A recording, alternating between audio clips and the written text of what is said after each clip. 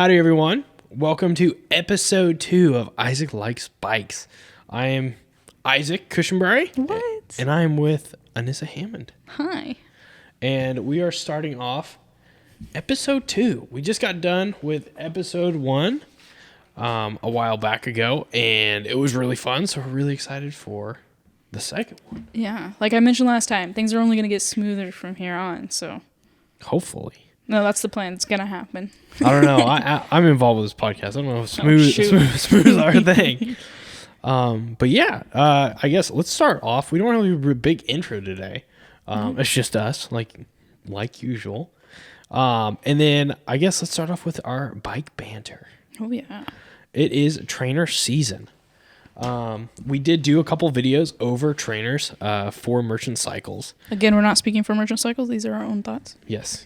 This is allowing me to talk more about these videos and Anyssa to talk about these videos, because it's like we make these 2 to 3 minute videos to get the points across for people to understand like what's all going on in a timely manner. Because usually I don't know if a lot of people know, but like when we post a video. And a lot of other people post videos, they only have like 51% watch time on a lot of them. Like it's crazy to see some of our videos that are like a minute 30 and it's only like 47 seconds watched. Oh, yeah. People only watch the first bit and that's it. Yeah. But I mean, that's why like we make them so short. We try and get the most information out in the beginning. Yeah. Because that's what people are going to watch. So we can't make like these 20-minute videos about these trainers that I would love to do. So this gives us that chance to talk about them. Yeah. But yeah, we made a comparison video over a wheel in and wheel out trainer. And we did a kinetic fluid trainer against the Wahoo Kicker.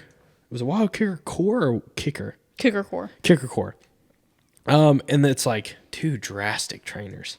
Because there are some in between. There is a wheel-in electronic trainer made by Wahoo. I think it's just the Core. I'm not sure names. I can't terrible remember. with names. I know. I can't remember the name. They make one, though. It's awesome. But we wanted to go super drastic on each one of them. So, like, you have your generic fluid wheel-in trainer that a lot of people usually start out on. I know I've started out on one. I know Anyssa started out on a fluid trainer also. They're great starting points. I really enjoyed mine. I put miles and miles and miles on mine. Yeah, it's really nice how simple and easy it really is. Yeah. And there's not cords, there's not setup. Like, you just maybe unfold it if it folds and then throw your bike on, and it's really easy and like beginner friendly. Yeah, they're light and portable. Like I only used mine maybe a couple times the past few years, and I was like, I have to refold it up and put it away. But it was nice. I was able to do that. But yeah, they're nice. They get the job done. They're great for starting out if you just want to get a little exercise. I wouldn't say this would be a couple hours on it. I would say that's pushing it. I know my max I did was an hour and it was so boring. Yeah. And then it's like there's even times like I think a lot of people do this, you watch a show or a movie or YouTube video, whatever, or listen to a podcast whilst you're riding the trainer. And even with these, especially because it's not smart, you can almost catch yourself sometimes not pedaling and you're like, oh shoot, right. I'm doing something here. Yeah, you'll get too low of a gear and you're like, oh, I'm just spinning this. Yeah, like this isn't a workout. Why am I mean, obviously it's always good to move, but. Yeah. And the other thing I really didn't like about mine, one of the cons was you don't have to have a trainer tire on it, but it does help with like vibration and like loss of power too, because there is some slippage if you don't have it tight enough. But I always had a trainer tire on because I was the upstairs bedroom, so everyone in the house heard me when I was riding, so I had to have as quiet as possible. Yeah. My beef with trainer tires is I feel like it kind of removes the advantage of a wheel-in trainer, because you still have to, like, you can't just take it out and ride. Yeah. You know, like, especially like in Kansas, sometimes we have nice winter days that you can go out and ride, but some days it's rainy or cold and snowy and you can't. So it's like, in weather like this, it's nice to be able to just make that quick transition if you only have that one bike you can ride. But if you put a trainer tire on, you can't just take it off and jump out on the street. When you take that regular tire off, you're invested. Or if you're really good at replacing a tire, sure. And that's fair too. Yeah, go for it. But yeah, I always had an extra bike to throw on. I put a trainer tire on it, and I liked it. The best thing I found on a trainer wasn't actually just like pedaling for a while. I did like a 15-minute warm up, and then did like intervals for like 30 minutes, and then a 15 hours. Oh my god, 15-minute like rest. Like just keep your legs pedaling and trying to just loosen up after your exercise. And I thought that was pretty successful. Yeah. I did that for years. I did the Unbound 100,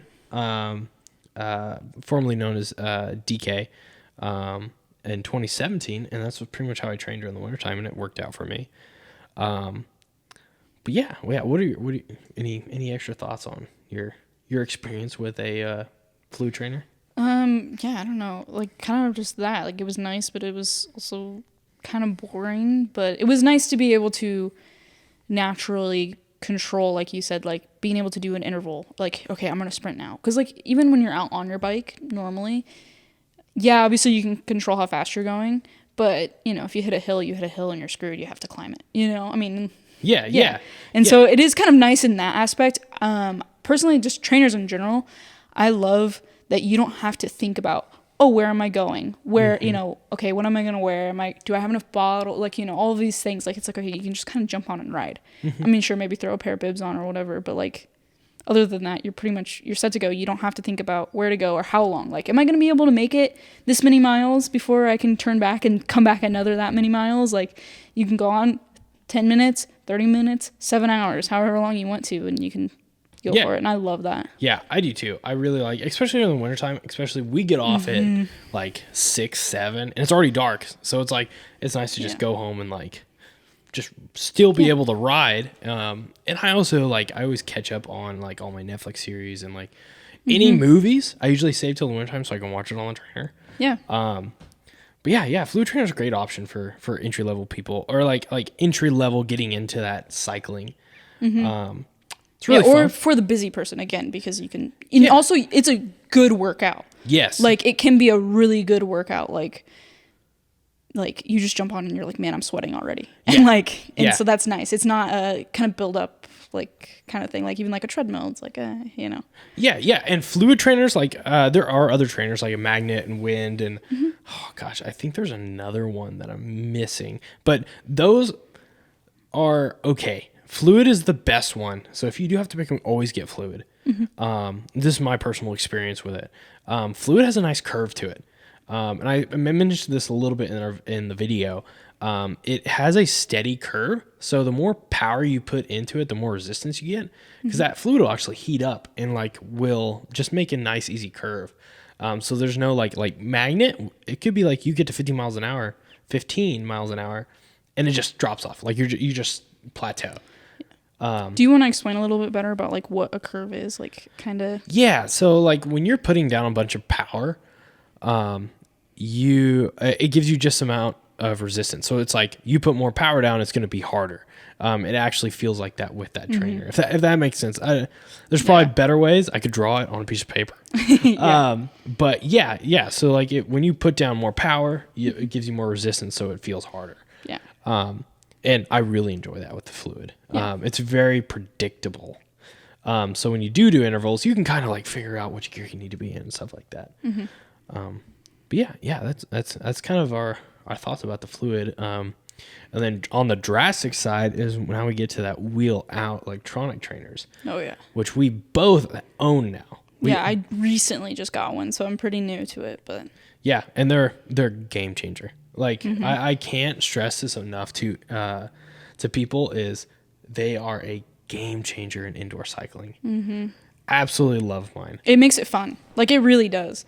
I mean, and I love playing video games, so it's literally a video game that it makes you active, and you still have all of those pros of like it's really quick and really easy, like simple, like you just get on and ride once you get it set up. Yeah, because you just connect Zwift. I have used off-brand Zwifts, you could say. Don't work near as good. Yeah. Zwift is the way to go. I think it's only like $14 a month, which is a lot, but if you're riding like every day, it's they also worth it. have really good like the ability to pause it, right? So like you could only pay for it for those winter months that you're going to be using it. And it's really easy to pause and continue the subscription instead of like, oh, I have to pay for a year because it's a pain in the butt to cancel and like all this. Like there's no hassle. It's just Or you're like me, forget and just pay. yeah. I pay think for a lot the of year. people just pay for it, but Yeah. you know. Yeah, but yeah, like it's yeah. it's a video game. It's Yeah, a if you video think game. if you think about how much a gym membership is per month, and then think about $15 a month, like Yeah. yeah, Yeah, and it's just so nice because especially like all we have to do is just especially with ours because I set up ours for our bikes. We just have to take our bike's wheel out, which is pretty easy, and just put the bike on like you're putting a wheel back on. Like the trainer is your wheel technically. yeah. So I will say, as someone who's extremely new and like I know minimal like maintenance on my bike because I know Isaac and I just go, hey Isaac, he's making a weird sound, and he fixes it. But like as someone who's not very experienced or very, I'd say even good at that, it was super easy. Like I did it at home, no problem, by myself. I didn't even question it. I mean, Isaac did show me how to do it, but other than that, I mean, watch a YouTube video. Hey, we made one. Yeah, that shows you how to set it up. So yeah, and we're referencing we've made 3 videos total. We made a comparison video, and then how to set up a wheel out fluid trainer, and then a wheel in electronic trainer. And we're just branching off that, talking more in depth about each one of those. But yeah, each one of those videos, we've done a video examples of each one of those. So. yeah, like how to set it up. And Yeah. it's like you really see like it really. I think a lot of people get intimidated by the electronic wheel out trainer. Like they don't want to do that, but it's really like it's actually really easy. Like again, once you see it, like I've even known customers to come in and be like, oh, I'm not sure. And then Isaac shows them, they go, oh, that's all? I can do that. Yeah, and yeah. it's true. You can. Like anyone can. Like Yeah, the only thing you really have to look out for with those is just make sure everything's lined up. Make sure you're in the right gear. The other thing is you're taking your wheel out.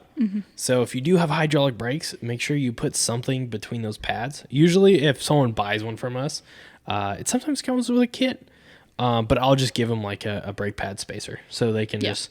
So if they accidentally press the brake, which I do all the time, but I have mechanical brakes, so thank God. yes. But because you don't want to you press your brake pads in, and then all of a sudden you're like, oh, I'm trying to put my regular wheel on, it's not working. So, that's probably the least. It's kind of intimidating in the beginning, but the more you do it, the more easy it gets. Yeah. And it gets you used to, especially like if you do have to take your rear wheel off for like a flat tire or something like that, it just helps you get into that.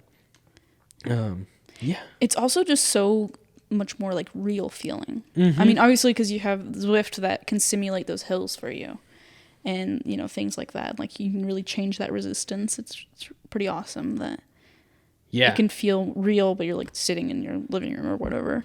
Yeah. The biggest thing with those electronic trainers is like, it's real. Like some of the routes they have on there, like there's a climbing route. I forgot what it's called. It's like Volcano Summit or something. It's like 8 miles with like 3,000 feet of climbing or something like that. I still have not been able to finish it like in like one go. I've had to rest in between, but it's just such a long and hard like climb, but it feels so real. Like that's the best part. And it's so much quieter too than a fluid trainer. Like all you hear is just the gears. The trainers don't really make any noise. So like I can watch a movie without headphones on if I needed to. Yes, that was like a big thing that like going from the wheel-in trainer that I was using was like super loud, which I fortunately live like by myself, so it wasn't bothering anybody besides maybe my cats. But but like I couldn't hear anything, and that sucks. And I don't particularly love even at home riding with headphones in because it just like the pressure and everything is just not very comfortable. On a trainer, you get sweaty. Yes, sweaty and gross for sure. Gosh, and I do want to have some tips on that. Have a good fan, because you will sweat so bad on a trainer. It's crazy how much you miss just wind when you ride. So always have a good fan. The second is, especially as a bike mechanic, I know which people's trainer spikes are there. I like if someone could bring in a bike and ride trainer all winter, and I know exactly like they rode a trainer. Yeah. You can just tell, because if they don't have like a towel or something down, it will destroy your bike. I've seen more destroyed bikes from trainers. And as indoor training, you're like, oh, I'm not in the Just elements. from sweat. The sweat kills bikes. Cables will get destroyed. I've seen so many, especially with Shimano, that sweat will get in the shifter, snap your cable because it'll just get all rusty. And then we have to fish that out of your shifter and redo all your shifting pretty much. Put in new cables and usually new housing when we do that. I've seen like brake levers break off because like the actual bolt that attaches to the handlebar just gets too rusty. I've seen just like headsets destroyed. I've seen steel bikes destroyed. Like the sweat is such a corrosive substance. And it's crazy because we don't think about it because, you know, it's on our body. Why would that bother anything else? Yeah, even bar tape. Like people don't understand, like that sweat gets underneath the bar tape. And if you have, it's not usually like steel handlebars, but even aluminum, there's a corrosion that does happen that can destroy those aluminum handlebars. Yeah, it's crazy. It's much easier just to get either like an official like towel or protective something another, or just get a towel and something to cover it up with. Oh yeah, just a beach towel. All your bike, but also your floor if you have like carpet. Yeah. It's pretty gross. Yes, always have like they make really nice cycling mats. I do recommend. They work a lot better, but you can use a yoga mat, and those work great. Like especially saving your floor, especially hardwood. Or if you do have a wheel-in trainer, that rubber will actually burn off. And if you're not careful, like I wasn't very careful, I burned a hole in our carpet. Wow, yeah? Yeah, because the hot rubber, it like stained it and like burned black. So yeah, my mom wasn't real happy with me with those. But yeah. Oh, we always have a mat underneath, just in case. You never know. I wouldn't even think of that. Yeah, I didn't think so either until I looked down and there's a black streak on our floor. Yikes. But yeah, always have a towel and a mat. And a fan because you'll sweat so much, and a sweatband. I always, because every race you go to or ride, you always get a buff or something. I always use one of those on my hair. Yeah. Because like usually wintertime I become like a mountain man and grow out my hair. So I just sweat so much. Yeah. I find it kind of like, for me, as gross as it is how much you sweat, I also find it so like, man, I worked out. You know, like I feel good. I feel like I did something. Because sometimes after a bike ride, I mean, within reason, unless your like legs are tired, but even just like a light bike ride, you go ride even 30 minutes, you're like, okay, I feel like it didn't really do much. But you do that on a trainer, you'll go and feel it. Yeah. Like, yeah. My favorite thing to do when I'm sick, this is probably totally wrong, and if there's a doctor that listens to this, they can mention this if they would like.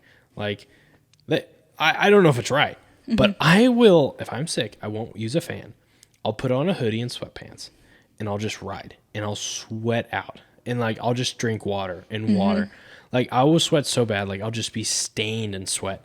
Because my thought process behind it, and it's probably wrong, is like, oh, I'm just gonna sweat out the disease or like the sickness. Yeah.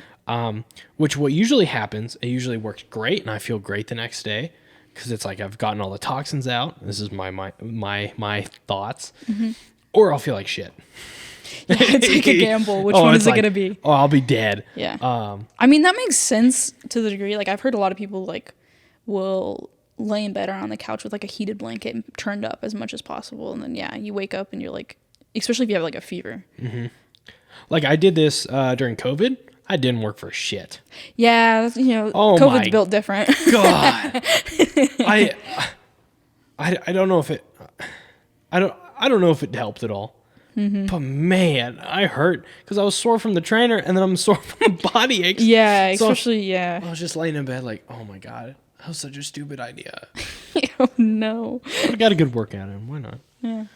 Some benefit somewhere in there. My other thing I really like to do on the trainer too, is so like I know a lot of people have issues with like upset stomachs on bikes, like nutrition wise and stuff like that.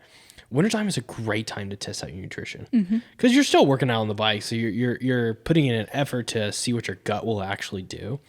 My favorite thing to do is just eat supper on there and see. Yeah, Isaac's weird. To see what my body can handle. So like My mom made beanie weenies one time. Ate beanie weenies as my nutrition on the bike. Great. Worked out awesome. I've done sushi. That sounds like a bad idea. Oh God, it was so good though. It was good sushi. It was fine. I think I just have a really good gut on the bike, but I know other people that I've recommended this to, and they're like, "Oh yeah, we throw up instantly." Yeah, some people are really sensitive. Yeah, and like even to just like things like nutrition that is made to be consumed on the bike even upsets their stomach. Everybody's different, and I would love to do a full episode on nutrition and get like an expert in. I would love that too. Because I can tell you, what works for me does not work for everybody else. No. And that's the same with everybody's body. And I would love to get like even a nutritionist in to explain more of this. But yeah. One of the fun things just eat on the bike. Try out new nutrition. Try out goo, tailwind, scratch. Like try out everything to see what your stomach handles. Like my go-to is Chips Ahoy on the bike. I love real food. I like goo. Goo's my go-to on that. But yeah, it's a great option to try. Yeah, I've always appreciated like an actual something in your stomach, because I feel like a lot of nutrition is like more drink based and like or like even candy based, which is great, and I think it has a benefit to it. But sometimes, like especially rides we do after work, let's say, where it's like I haven't really eaten in a few hours, and it's like I need something in my stomach, whether it's a peanut butter and jelly or some cookies or something like actually, I don't know. Yeah. That actually like can fill up my stomach. That definitely helps a lot. And I think a lot of people slack on that because they're like, oh, I don't want to eat before because I don't want to get sick. It's like, well, you get sick because you don't eat. And growing up as an athlete, people did that in soccer and stuff like that too. It's kind of a big thing. Yeah, you just have to test your nutrition. And like I said, on the trainer, it's a perfect time too. Because like if you do get sick, you're at home. Like yeah. If you throw up, you're at home. Yeah, or you can stop at any point if you're like, because nothing's worse than like being out there and being like, okay, I can't, like, I don't feel good. I don't want to come back. You're like, oh, where's that cornfield that we saw the other day? We need to go over there. And then having to ride back however many miles it's like. Yeah. No one likes those experiences then. But yeah. Yeah, I guess Yeah. Trainers. Yeah. We kind of paused for a second. This is kind of behind the scenes. We have a, what is it called? It's like an organ. Yeah. That is pulled behind a vehicle, and it just went by, and it was really so loud. This is loud. a really weird. Why are they doing this at this time? Yeah, I know, right? I was like, what in the world is this thing? So yeah, that's why we paused real quick. Sorry about that. But yeah, back to trainers. Yeah, I mean, those are kind of my little tricks of doing it. I and also with Swift, intervals on there is so much easier than what it was on Fluid. Yeah. Because like I can control, and it would like, because I'm like, oh, I want to do resting watts at like 100 watts, and then I'm like, oh, I really want to do 300 watts for like 30 seconds. Yeah. Which is hard as shit. Yeah. Oh my God. So that's why like you can do like, oh. So again, recently I got my trainer, which means I recently set up Swift, which means I had to do I didn't have to, but I did the like little introductory like training like they have you go through. Dude, they were like, yeah, just do the 300 watts for 2 minutes. I'm like, brother, who do you think I am? Yeah. I was like, man, who do you think I am? Did I put in a setting wrong? Yeah, like maybe I should have put my age at like 78 instead of 22. Yeah, like what did I do wrong? I was like, literally, there was a moment where I was like worried, and then I assume it was the trainer configuring itself, but there was a moment when it was like super hard to pedal. Yep. And I was like I'm talking like I was like full body like cranking down, and I was like, just like, no, not moving. Yeah. I mean, some of these trainers go up to 2,000 watt maximums, which is absolutely insane. Yeah, I'm like, I'm not Tour de France. There's no way. Like, nope. Maybe I hook up my e-bike to it and get some KOMs. E-bike on the trainer, let's see it. Gosh, that would be awful. I just beat everyone at any climb. But yeah, I'm all natural. I don't have any motors. Why does Isaac have such good stats? Yeah, why is somebody going group rides with Isaac? He sucks. Yeah. I think electronic trainers are a way to go, especially like they are pricey. Yes, they definitely are. If you know you're not gonna like riding, some people just don't like riding indoors. Yeah, they won't. It doesn't matter if there's like a game attached to it or whatever. So that's not enough for some people, and that 100% like that makes sense to me. Like I would just get a regular fluid trainer and spend less money for sure. But if you know it's something that you have to do, or if you live somewhere where there is more bad weather or more snow and stuff like that, or you just can't ride because of your job or whatever, definitely invest in a electronic trainer. 10%. Couldn't agree more. Yeah, electronic trainers. Like, I think the cheapest one right now on market, I'm trying to think, a good one, a good name brand is probably around $800, which is a lot. But you got to think, like, you're going to be riding it a lot. Usually when you buy one, like people are going to be riding it religiously. And getting a name brand like Wahoo, Cirrus, Cyclops, or not Cyclops, drop my phone. Garmin. Garmin makes awesome ones. If you get any of those name brand ones, you'll be good. And they also have really good warranties, and they're very, like, the electronics that go into them are very good. Like, the control between, like, going uphill, downhill is just amazing. Yeah. So. And I'd imagine, you can tell me if I'm wrong here, but like also going with a name brand rather than like a sketchy third party one, you can risk, like, if you're going to hook your bike up to it, you probably want to hook it up to something that's like meant for your bike, not something that's like designed for a bike object. Yeah, I wouldn't recommend going to Alibaba and buying an electronic trainer. Yeah. Even with e-bikes, that is a whole different episode of itself. It's talking about giant, like, knockoff parts. Because honestly, some knockoff parts are pretty badass. Some of them, nope. Yeah, they will explode. Yes, literally. Do not want to risk that. Yeah. Yeah, but yeah, I think that's a good. We've had a long bike banner of trainers, which is good because I think last episode there wasn't a whole lot of bike talk. Yeah, we talked a lot about the bus last episode. I think we're going to talk a little bit more about the history of the bus this episode too. Let's do it. Yeah, so let's go to the no bike zone and not talk about bikes. But there will probably be mention of bikes because the bus is involved with bikes. Yeah. So now we're going to be doing a little bit more of the history of the bus. Kind of how I got it. Even what it was used before I got it. And kind of both of our like perspectives on the bus, because the bus is such a big part. I think it's a good starting point because we'll be talking about it a lot in different episodes. I think it'd be good to start off just talking about it. Yeah, I think people should know what the bus is when we mention the bus. Yeah, so and why it's so important to us. Yeah, because the bus is iconic, I would say, and important now. I hope so. Because I've known people that are like. Even in college classes, I'm like, yeah, I'm the one who drives around the bus with 11,000 Christmas lights. They're like, oh shit, really? That's you? Yeah. It's like, yeah. I mean, that's how I met my girlfriend. She knew about the bus. I tell everyone that's how I got her. That's not really how I got her. It's really funny because before we always joked about Isaac driving girls around in the bus, and he was like, the only girl that's been in there is me. Yeah. Yeah. But yeah, I always tell everyone that the bus got me Whitney. I suppose you have a hula girl in there too, don't you? Or like I do. I have a hula girl from Hawaii. My friend just gave to me. Sick. So it's badass. Yeah. Shout out Jeff. But yeah, so I got Butch about 5 to 6 years ago. I think we're on our 6th year. Right. Somewhere in there. Yeah. 5. I think we have to be on our 6th year or 5th year. Probably 5th year. I can't remember. I don't know. It's been a long time. I got it from Anyssa around this time. It was right before Christmas, like a week before. Yes. So probably around this time because I think today's that's when you first came out to my house and like saw it in person. Yeah, and I was with my buddy Jack, and we both wanted a project to work on. And I was like, this would be awesome. Had a V8, so it's already cool. And it just, so I don't know what caught me, but I was like, this thing is so cool.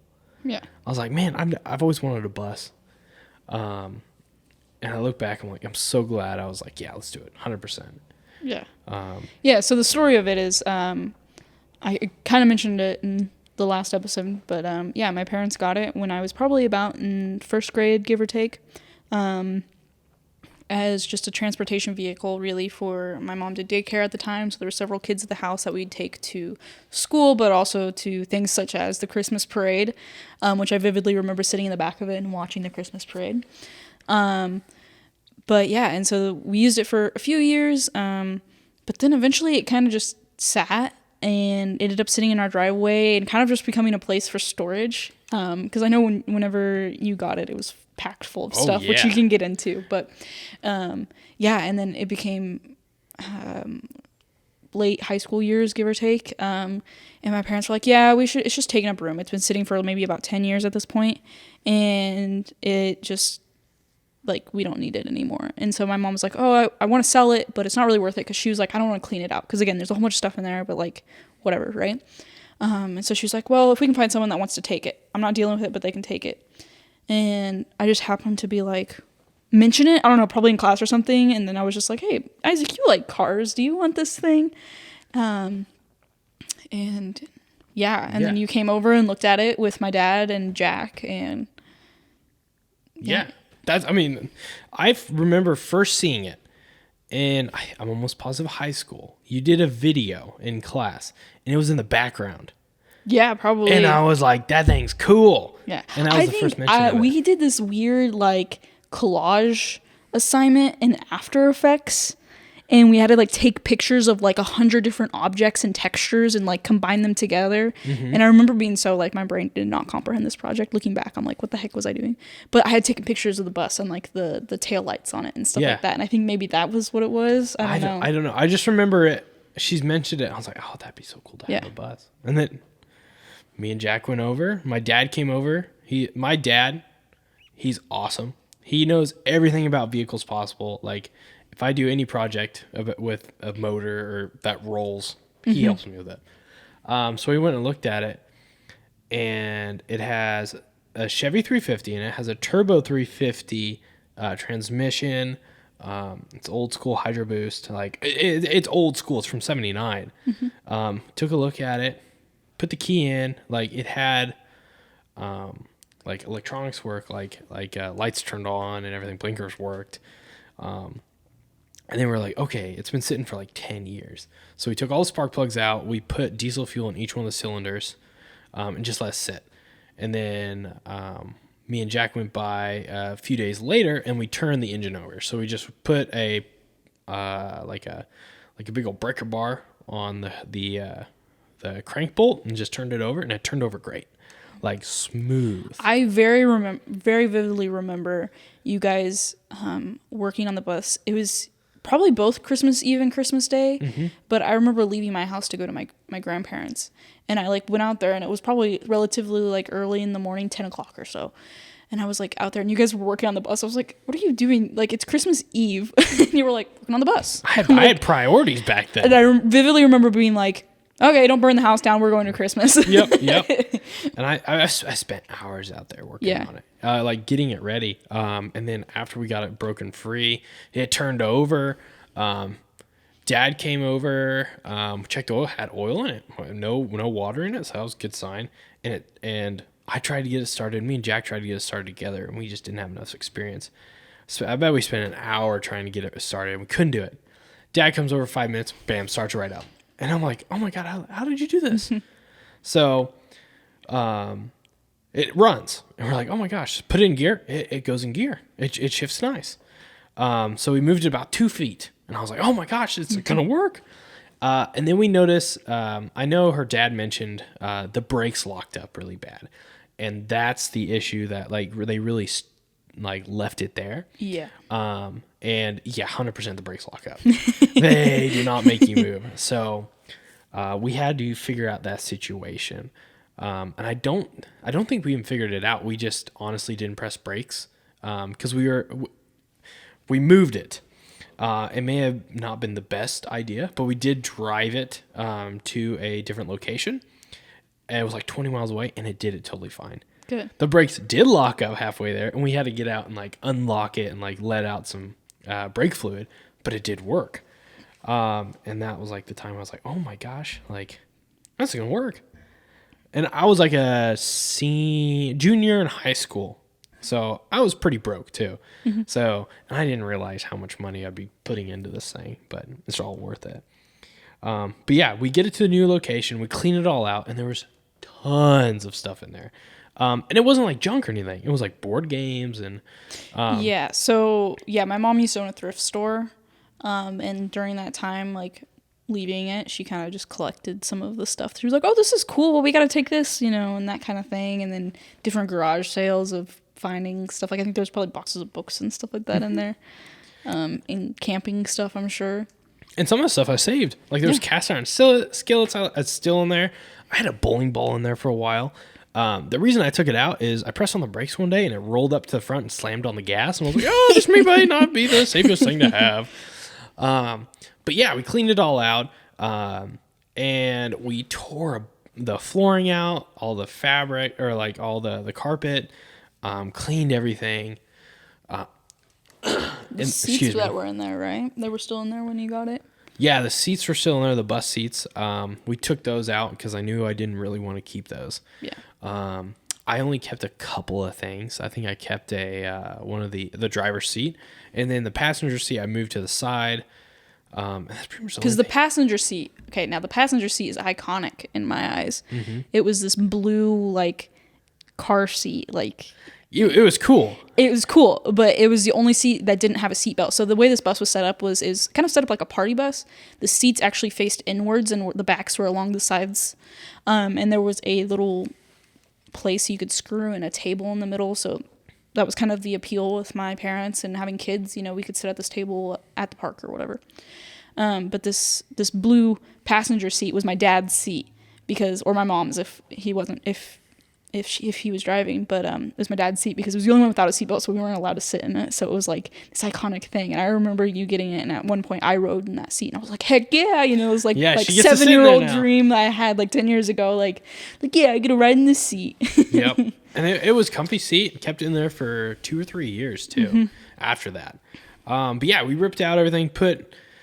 Like I said, I was very broke at the time, so I didn't do full sheets of plywood. I have scrap pieces, so the floor wasn't as even as I would want it. Wasn't insulated at all, and I put on I'm trying to think of what it was. It was just like a plastic sheet over everything, like a thick plastic, like a flooring. Like it was gray flooring that we used for years, and it worked out awesome. And we got a couch, me and Jack did, and we threw it in there. We had to cut the backside out of it because of the wheel well. It looked ugly. It was so gross. It was a red velvet couch. And it was big and bulky. Oh, it was awful. But man, it was nice sleeping in that thing. Yeah. And we had that in there for like 2 or 3 years. And then we also, on the other side of it, we put like a little cabinet storage thingy, but also a hammock. That was awesome. I loved having the hammock. But it was all sketchy. Like we did this on very budget, and it was scary half the time. But it worked for many, many years. And then after a couple of years, like couch started looking gross, and like stuff started wearing down and not looking the best. And I was like, man, I'm outside of high school. I was like, I have time to like actually make it nice and pretty. So gutted the whole thing, threw everything out. Started from scratch, rewired. I pulled all the insulation out of that thing and put in like the styrofoam insulation, because I didn't like the old stuff that came in. It was probably asbestos. But yeah, cleaned it all out, painted everything. I spent forever on it. I think I did a bus series on this, so I can link that in the description of this, but it was on my YouTube page of the bus series of going through, like, starting the beginning. Because you like flex sealed the floor, is that right? Yeah, I bed line and flex seal everything. The floor is perfect. The issue I have now is the windows, but that's we'll get to there. But yeah, clean the floor out. We did insulation, like the purple insulation board on the flooring, and then we put new plywood down. We painted it real good, so if there is a spill, it doesn't really do anything. And then we did carpet tiles that turned out awesome, and it looked really good, and it insulated so much nicer. Like, it was a game changer, because before then it was really cold. And now it's a metal box. I mean, yeah. And now it's like when you wake up in the morning and it's cold out, like your feet aren't freezing. So turned out awesome. And then I wanted bunk beds, so I designed a bunk bed that turned into a couch, put that in there. We mostly just use it as bunk beds nowadays. Like it just stays as a bunk bed. And then on the other side, I had a buddy, Ryan. He's a coach for Coyote Composite, but he gifted me a bench seat out of a newer Chevy van, and it's awesome because it folds up next to the wall, and it's so comfortable, and it's awesome. Like it's great. So the interior is awesome, and then I redid all the electrical. So it now has a secondary battery that actually charges off the alternator while you're driving, and then it also has solar panel. There's a solar panel for that secondary battery, and then I made a switchboard for all the lights, the accessories. Like I have underglow for the Christmas parade, put that in there with it. I have outside lights, so when we're camping, I can turn on outside lights. Like I would say, super nice. I would say it's pimped out. It's pretty awesome. It's pretty awesome right now. Yeah, and that's kind of how it sits right now. Me, Whitney, and the shop, we did a shop little camp out, and it worked out good. It was very cold, so I'm glad I insulated everything. And I designed it too, so like if there's two people, you can put in a twin mattress in between, like the where the dual battery sits, and then the actual seating, and it's very comfortable, and it worked out awesome. Yeah. So I mean that's kind of like a brief history of that. Yeah. During Unbound, you threw the AC in it. Yes. And that was your little getaway. I know you took a nap in there for a good while. Gosh, yeah, yeah. Because like during Unbound, like I parked the bus in the back, put the air conditioner in because it's always hot during Unbound, and it's easier for me to, because like Friday I don't get out of here till 2 or 3 in the morning. Mm-hmm. And it's easier for me to just walk outside, sleep in the bus because we start our morning. We come back in at like 4 a.m., don't we? Yeah, 4 a.m. Yeah. So I would rather have an extra 10 minutes of sleep than drive home. Oh, 100%. Yeah. So I always sleep in the bus. And it's cold, it's comfortable. I sleep so good. The only thing it's missing is a shower. Usually I get a little gamey, you smell. I think everyone is that week though, so it's kind of okay. Yeah, we like it's an exhausting week, but the bus does help a lot, especially being able to park it out there and just, if I need a nap, if anyone needs a nap, there's an air mattress in there and it's air conditioned. Yeah, and to clarify, by AC I mean like a window AC unit, like literally you took the window out to put the... Yeah, the emergency exit. Just take the emergency exit out and throw a window unit in, and it works great. Yes. And it's cheap. It's not as expensive as like doing like an actual like RV unit. Window unit, $60. Buy, sell, trade. Yeah. So, yeah, it's a big part, and I use it a lot for like moving plywood around or like putting bikes in it. I know this is not a bike talk, but hauling bikes. Yeah. It's just super nice to have like an enclosed vehicle to like move stuff. Yeah. Or put something big in there and then be like, okay, I don't have to worry about it because there's a roof over it. It's not going to get rained on tonight type deal. Mm-hmm. Yeah. Like I know we've put fireworks in there and stuff like that. I mean, like I mentioned last time, we streamed out of it. Yeah. We did a whole stream on it, and a tsunami went through, and freaking, oh my gosh, it was a tornado warning. It was crazy, but I'm so glad we had the bus there. Yes. Because if we didn't, we would have been soaked. Like it was downpouring. Yeah, like it's just such a versatile vehicle that I'll never sell it ever. Especially doing Christmas lights now. Like it's so awesome. Yeah, I love that stupid thing. And there's just more to do. I need to do the windows next. That's kind of an upcoming thing. Is the windows are really leaking now on hard rain, especially when it's pouring and it's like raining sideways. It does leak, which has hurt the floor a little bit. So that's my next big project on the bus. It's still running great. Running and driving great. Brakes great. I did have to replace all the brakes when I first got it, but it's great. Love the bus. Yeah. Yeah. Some people are scared to ride in it, and I'm like, why? Then I rode on top of it in the parade, and everyone was like, "You're crazy," and I was like, "I'm not going anywhere."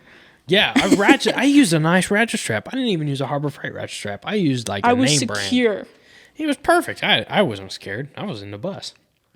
I'm not the one on top. Yeah. Like everyone was like, "Are you sure you want to be on?" I'm like, "Yes." Yeah, it's gonna look great. Just let it happen. I gave her a couple sleeping bags. She's okay. It was really cold. I got up there way earlier than I needed to because the parade started at like 7 and we didn't get onto Commercial Street until like 8:30. Yeah. Getting that, I had to clean off the top of the bus and all of the sleeping bags were frozen. I was like, oh, maybe it was a little chilly. Yeah. Yeah. It was definitely cold. Yeah, but so much fun. I can't wait till next year. It was awesome. Yeah. Yeah. Every year it's going to be better. Yeah. This is the Christmas parade we're talking about. I don't know if we mentioned that, but Yes. yeah. And we go way more in depth last episode, so just make sure you check on the that Christmas out. parade itself, so Yeah, lights. which is so much fun. Yes. But yeah, that's kind of our brief history on the bus, and there's going to be more. I know I'll probably be posting more videos. I know Anyssa has a camper she's redoing, so yes. she's going to be posting about that a lot more. Yes, that is my goal. So it's kind of a very similar story to the bus. I have an old 1960s-ish. I haven't been able to pinpoint an exact year. Scotty camper, 13-foot camper. It's just a little trailer guy. But it was actually my great-grandparents, and it got passed down throughout my family, and it was one of those things that also sat for like 10 plus years. I think the oldest out-of-date thing I found in it when I got it was in 2008. So yeah, it was great. So it was also another one of those things that my parents just used for all of our storing all of our old camping stuff, lawn chairs, things like that.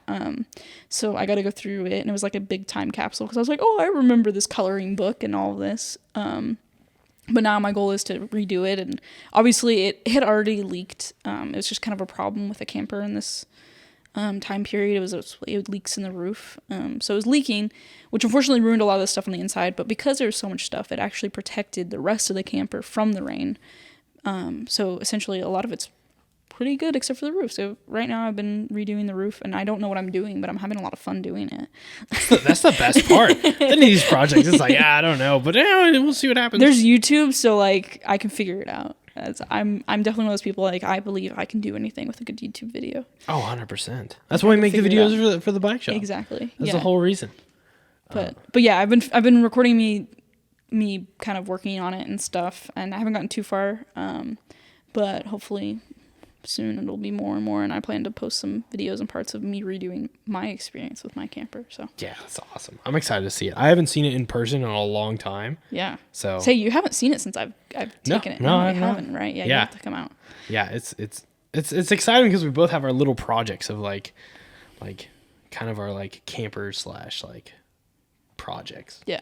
My favorite part about the camper is I don't know the electronics and like the motor stuff of things. So this is like all like physical stuff. I can do that. Yeah. You don't have to worry about all the stupid like driving part of it. Yeah. So that's so nice. Yeah.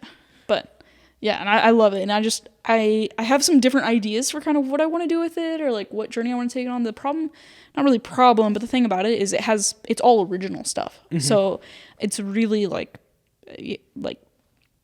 yeah, it's all original. So it's like a lot of people would really want that original, like all of the, like has the original icebox in it and the original sink and all of that. And you can see like the original paint and all of this. That's and cool. So it's like kind of cool because a lot of people were like, well, just demolish all the insides, take this out, give yourself more room for this. And it's like, no, man, I kind of want to keep it original and just see where I go with it. And like, I'll probably I've had plans to make some sort of like inserts to turn things into like desks and tables and like monitor mounts to be able to make it into kind of a travel office is my plan right now. Yeah, because you can always tear stuff out later. Like that's what the bus so the bus, it's gone through like 3 renditions now. So yeah, it's exciting. Because you can always change it later. Like that's your project. You're not like building for someone. You're building for you. So that's my thing is like I don't have any time period on this. I'm just chilling whenever I feel like going out there, and like I've been ripping the ceiling out, and it's been fun to just like go out there and be like, all right, I have time. I'm gonna go take out some anger on ripping this out. And yeah. That's the best part. It's just building it how you want to build I can do whatever I want. Yeah, it's your thing. Yeah, it's fun. Yeah. So yeah, we'll have more updates on both of our projects too, especially if we get anything new or anything like that. But yeah, I think that's a good section of the no bike zone. Yeah, I think that's a good ending point for, especially like we can talk about way more of like little aspects of it, but I think it's a good stopping point. Yeah. So yeah, I thank you guys for listening this time too. Yeah, thank you. Yeah. like I said, this is the second episode, so hopefully it gets better and better each episode. So, yeah, if you have any questions, just let us know. Have a good one.